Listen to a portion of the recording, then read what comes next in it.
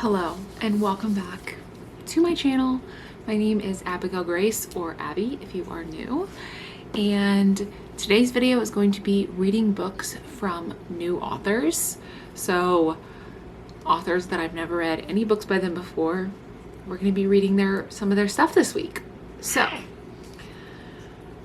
I have a few in mind. I know I'm starting with this guy, Passion Project by London Sperry. It was a book of the month book in April of this year. I've heard good things about it and I love the cover. It's gorgeous. The premise seems interesting. It's set in New York City and Bennett is set up on a first date with Henry Adams. She drunkenly confesses that she's not ready to love again. In fact, she doesn't feel passion for anything. Not pottery, not sports, nothing. Irrepressibly adventurous, Henry offers to help Bennett uncover her passion for life. Every Saturday, they'll try a new activity. As friends, of course. Their passion project finds them sampling photography, tattooing, even rappelling off skyscrapers. But when secrets surface, Bennett finally has to face the grief that's holding her back. With tenderness and electric banter, Passion Project is a story of finding a spark and igniting happiness. So, it sounds super cute. It's like a little romancy, but you know, I love that. And I'm just obsessed with this, like her outfit here and her little bob with her bangs. She looks so cute, and I've never read anything by London Sperry, obviously. So this book's about a little, looks like it's like 350 pages, and it is currently Tuesday. So I'm working from home today, and I will maybe read some during the day, but I do have a concert tonight. I'm going to see The Driver Era, aka Ross Lynch, and I believe like the other brother is Rocky.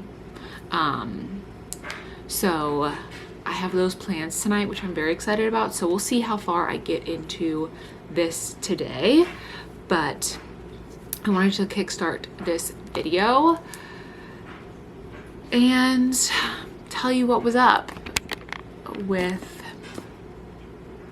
me. So that's all for now. I just finished The Conditions of Will yesterday, and it's low-key like reading slumpable. Like, it was so good. I still need to go back and annotate it because I read it on my Kindle, but I highlighted stuff and I need to go transfer it to the physical copy because I do have the physical copy. And it was so good. And if you're looking to like get a taste of Jessa Hastings but in a standalone, I would recommend The Conditions of Will. She has another book coming out next month called The Time of Our Lives, which I'm very excited about as well, but I believe that one is going to be in a series. So if you want a standalone just to see how her writing is, what she's about, I would definitely recommend. It was so good. So I'm gonna go back to work, do a little reading. I'll obviously update you as we go, and maybe I'll get some clips from The Driver Era tonight. We're kind of like sitting at the back in the GA like lawn section because it's an amphitheater. So I'm not sure what our view will look like, but it's gonna be great and exciting. So I'll see you later. Okay, we're going to The Driver Era. I had something on my shirt, so I had to wipe it off. That's why it's wet here. But this top is from J. Crew.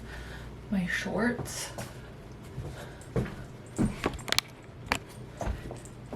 are Rag and Bone. I'm wearing my Sambas. My socks are from Amazon. Purse is Coach. And I did my makeup and I kind of curled my hair, and I'm about 50% through Passion Project. So I'll maybe give you an update when I come back later tonight, but so far, so good. Okay.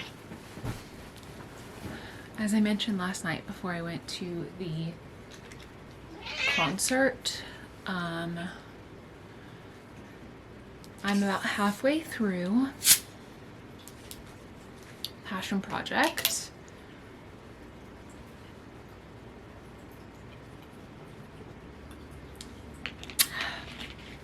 And I'm really liking it so far. I'll probably finish it today. Today is Wednesday, and let me see, what can I tell you about it? So, as I said when I read the little intro, Bennett, who is named after the Bennett sisters in Pride and Prejudice, which I love. She doesn't like her name,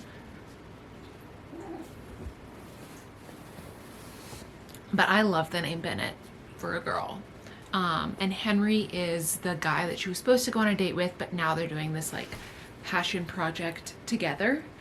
I love Henry. He's like such a sweetheart and like goofy. And why would you do that?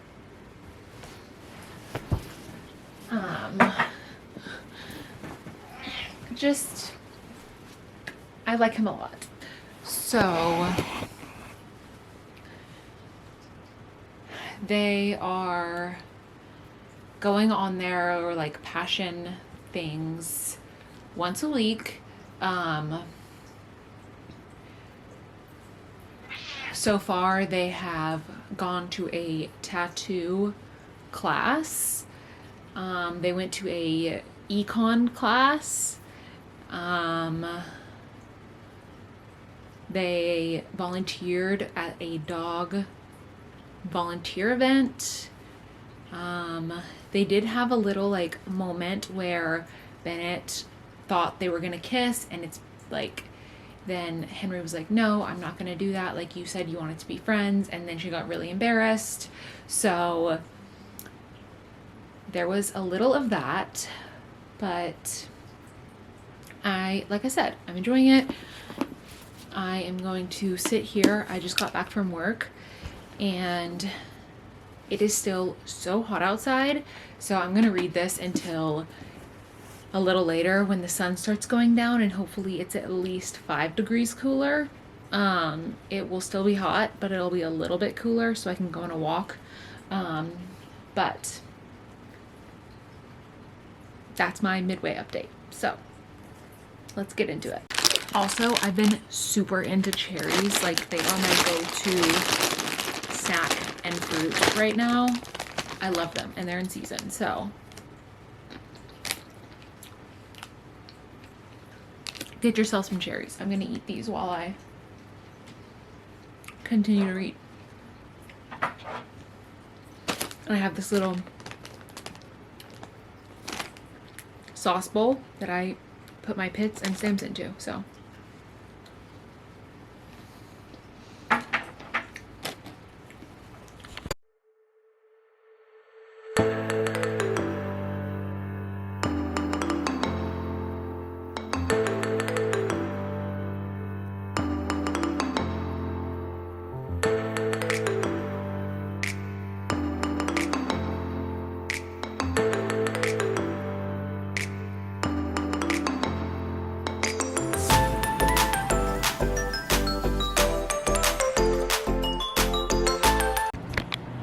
Hello. So, it is now Thursday. I finished Passion Project yesterday evening, and I ended up giving it 4 point, I think just straight 4 stars. Let me check. It could be like 4.25, but 4.25. I did give it 4.25 stars. So I ended up giving Passion Project 4.25 stars. I really liked it. I actually don't know if London Sperry has any other books in their like backlist or if this was a debut. But I would read other books by her. So in the sense that I'm reading new authors, it was a success. Like I would read other books by her. So that's exciting to discover. And then let me pick up. Okay. I decided the next book I'm going to read is going to be One for My Enemy by Olivia Blake. I have never read an Olivia Blake book, and this is I believe it's a Shakespeare Romeo and Juliet like reimagining, but it's set in modern day Manhattan, and it's two rival witch families fight to maintain control of their respective criminal empires. So maybe about a year and a half ago, I read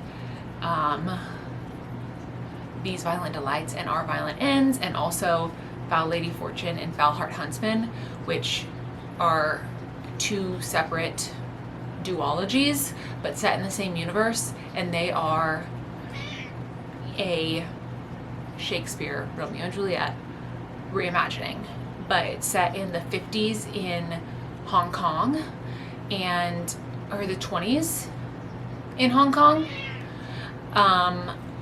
And those were so good.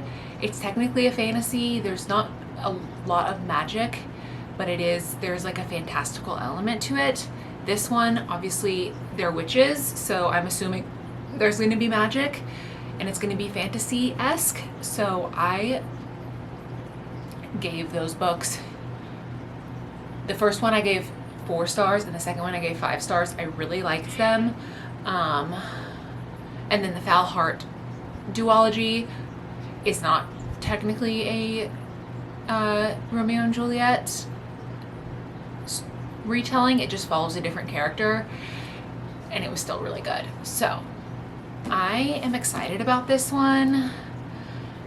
I was going to start it this afternoon, but while I was at work on my lunch break, I started rereading Promise Me Sunshine by Cara Bastone, and I just got hooked, and I'm about 60% through now, so I'm gonna continue to read that this evening and maybe finish it, and then tomorrow I'll start this. So Promise Me Sunshine is not in this video because I have read other books by her before, and I'm rereading Promise Me Sunshine, but it was just calling out to me. It's been on my mind to reread for a minute, and I'm a mood reader, so I don't want to put it down. I'm gonna finish that, and I will read this tomorrow. I have a lot of free time tomorrow afternoon, and I'm babysitting in the evening, so I'll bring this with me and read while I'm babysitting.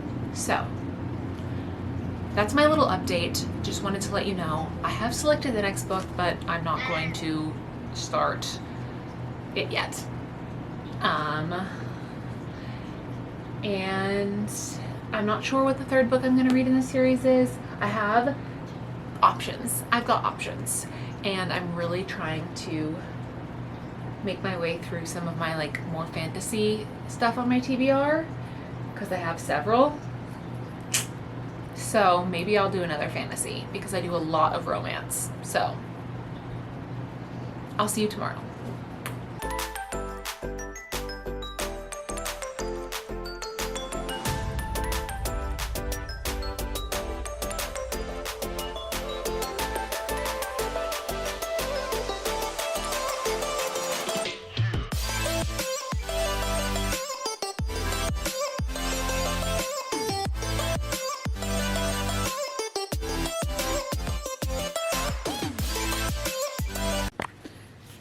So the way this is set up is like a play with acts, and this has a little quote from Romeo and Juliet, and then each act there's also pictures, so like act 2 picture, and then act 2 there's no chapters, then it's act 2 scene 1, and then there's a little like title. And there's also like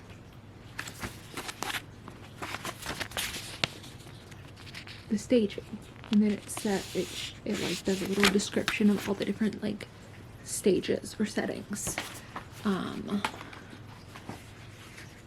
And this one has the characters and talks about each character, because all of them have like nicknames that are nothing like their real names. Like Alexandra goes by Sasha. When is Sasha a nickname for Alexandra? So that's a little confusing. And there's also 7 sisters, which is a lot of names to keep track, and they're all like Russian and hard to pronounce. But then they also have like a Masha or Mashka nickname. So anyway, I am now on Act 2. I'm about 50-ish pages in, so I'm gonna keep going. I'm enjoying it so far. Lev and Sasha are like Romeo and Juliet, and they just met and kissed for the first time. So she gave him her number after she was like, good night. They kissed. It was so good. She gave him her number, and he looks at his phone after she leaves, and it's Sasha Antonova, which is their like rival. He recognizes the last name because neither of them knew who like their family, like they were prior to that moment. Now Lev knows that Sasha is an Antonova, but Sasha does not know that Lev is a Fedorov. So, in Fair Verona, where we lay our scene, let's continue. Okay, I will say this. I'm like 35% through, and I think there's kind of a dual Romeo and Juliet situation happening. Like, the oldest 2 siblings had like a thing when they were younger and then had to stop it. And now the younger 2, which I told you about, Sasha and Lev, have like a thing happening. They're kind of following parallel paths. So it's like history repeating itself situation with the siblings. It's really interesting and well done. Like how there's parallels between the 2 siblings' relationships. But I'm on Act 3 now. And Act 3, Scene 2. Like, things are kind of, I don't want to say ramping up. It feels like we're close to the end, but I know we're not. And I might be wrong on my Shakespearean knowledge, but I feel like the climax happens in Act 3, which is what we're in right now. I'd have to do some Googling to be sure.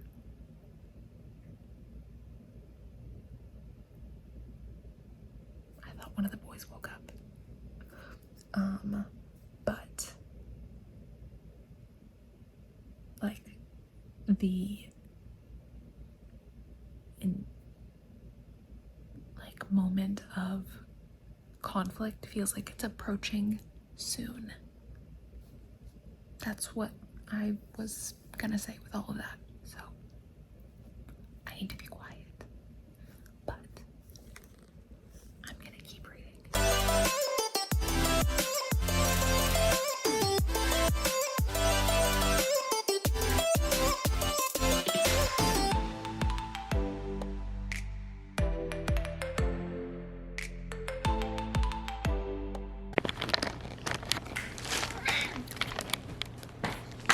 Hello. So it's now, I don't remember, did I talk to you this morning? maybe that was yesterday, but I finished One for My Enemy this evening, and I ended up giving it 3.75 stars. I think it probably could have been about 10% shorter. There was kind of parts where I was like, this is giving extemporaneous like information, like there was some skimming happening in parts of it. Like the story was interesting. I wanted to know what was gonna happen. I was like invested, but also there was too much extra stuff outside of that. And for me. And I was telling Jess earlier, I read Romeo and Juliet, but it was in high school for like English. And so it's possible some of that stuff was like more directly coming from the original play, or like, I don't know. But it's been years since I've read it, so I don't really remember all the nitty gritty details. Obviously I know the storyline, but I don't remember everything. So I finished that, and then I started For She Is Wrath by Emily Varga. Obviously I've never read anything by her before, because that's the whole point of this video. And the little tagline is ignited by love, consumed by vengeance, unleashed by fury. And I'm about 30 pages in, but so far what I've gathered and what I have understood from the synopsis is that Dania, she was wrongly imprisoned for murder and treason against the emperor, and the like boy slash man that she loves, maybe, I'm not quite certain on that detail, was like part of the plot that sent her to jail or prison possibly. But she is trying to escape. She's been there for about a year. She's trying to escape to get back and get vengeance. And yeah, Mazen is the boy responsible for sending her there, as I told you. And she's working with a fellow prisoner. Her name is Noor, to escape now. And they create a plan to escape and search for this Jinn, Djinn, treasure. So the Jinn treasure is this, I believe it's a plant. It's called like Zota or Zuta or something like that. I don't know. And it gives people like powers. I'm not quite sure what the powers are. We haven't gotten there yet.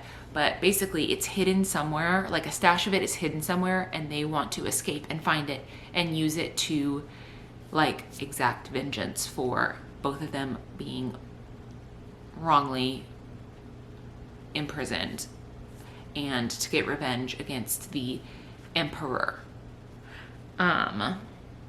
So this says, armed with dark magic and a new identity, Dania enacts a plan to bring down those who betrayed her and her family, even though Mazen still stands in her way. But seeking revenge becomes a complicated game of cat and mouse, especially when an undeniable fire still burns between them, and the power to destroy her enemies has a price. As Dania falls deeper into her own web of traps and lies, she risks losing her humanity to her fight for vengeance, and her heart to the only boy she's ever loved. So, I think it's gonna be good. It is YA, I believe, although I can't be certain. Yes, it is YA. It says Emily Varga is a YA fantasy author with a fondness for getting lost in bookstores and watching a lot of terrible reality TV. Same. We are the same in that. She lives in Canada. Not same. She's also a lawyer. Not same. Interesting. So that is For She Is Wrath. Like I said, I'm about 30 pages in, so not very far. me and Jess just finished season 2 of America's Sweethearts. So I was like reading but also crying while finishing. And I'm gonna sit here, read a little more, eat some cherries. I've been like so into cherries, like I will have like probably too many every day. But I'm gonna eat that, read, hang out. It is almost 9 and I have to get up kind of early tomorrow for church. So I don't know how far I'll get tonight with reading, but I will definitely keep you posted on how For She Is Wrath is.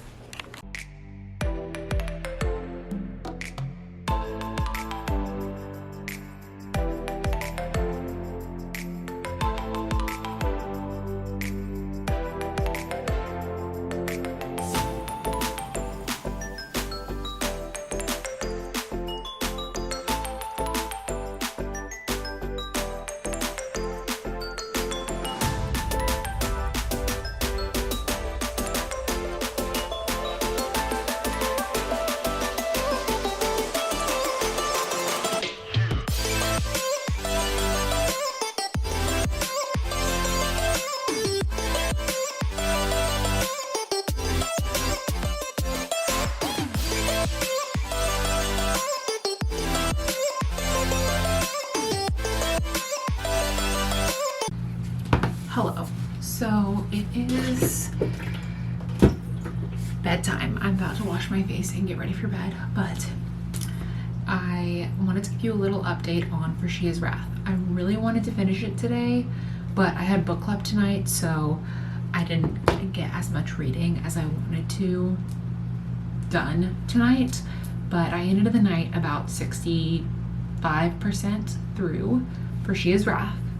And I just like know, like I have this like sinking feeling in my gut, like I know something bad is gonna happen like so soon. Like she's on this quest for vengeance and I just know like that is never the answer, and like things are gonna backfire on her. Like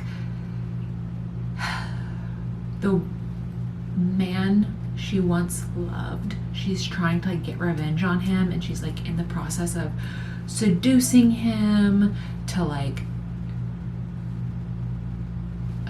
part of this whole plan to get back at him and then also like overthrow the emperor. But she's using this like magic that is giving me bad juju. Like I'm sure that it's gonna like corrupt her soul somehow. Like I don't know, like it's giving poison, it's giving bad. And I'm sure also that he's like there has to be a reason why he like betrayed her in the first place. Like I know like there's a story behind that and we just don't know what it is. Like he didn't just betray her for no reason, like, or maybe she thought he betrayed her, but I don't know. I'm just like so many unanswered questions, but I will finish it tomorrow. So that's my update for now. I'm going to wash my face and go to bed because I'm tired, but I'll see you tomorrow afternoon after work. Okay, this camera's gonna die soon, but we're gonna chat quickly. It is the next night. And I finished For She Is Wrath. Hey, so it's a standalone, which is amazing and never happens. I ended up giving it 4 stars flat. The ending was good. There was, as I feared, some trouble, rocky parts, but she pulled through in the end. Like it had a redeeming ending. And I would recommend a YA fantasy that's a standalone. Like definitely read this if you are looking for that. And I would read more Emily Varga. Again, 3 winners this video, 3 new authors that I like. So with that, thank you for watching, and if you want to see more, subscribe Follow me on TikTok and Instagram, and I will see you next week for another video.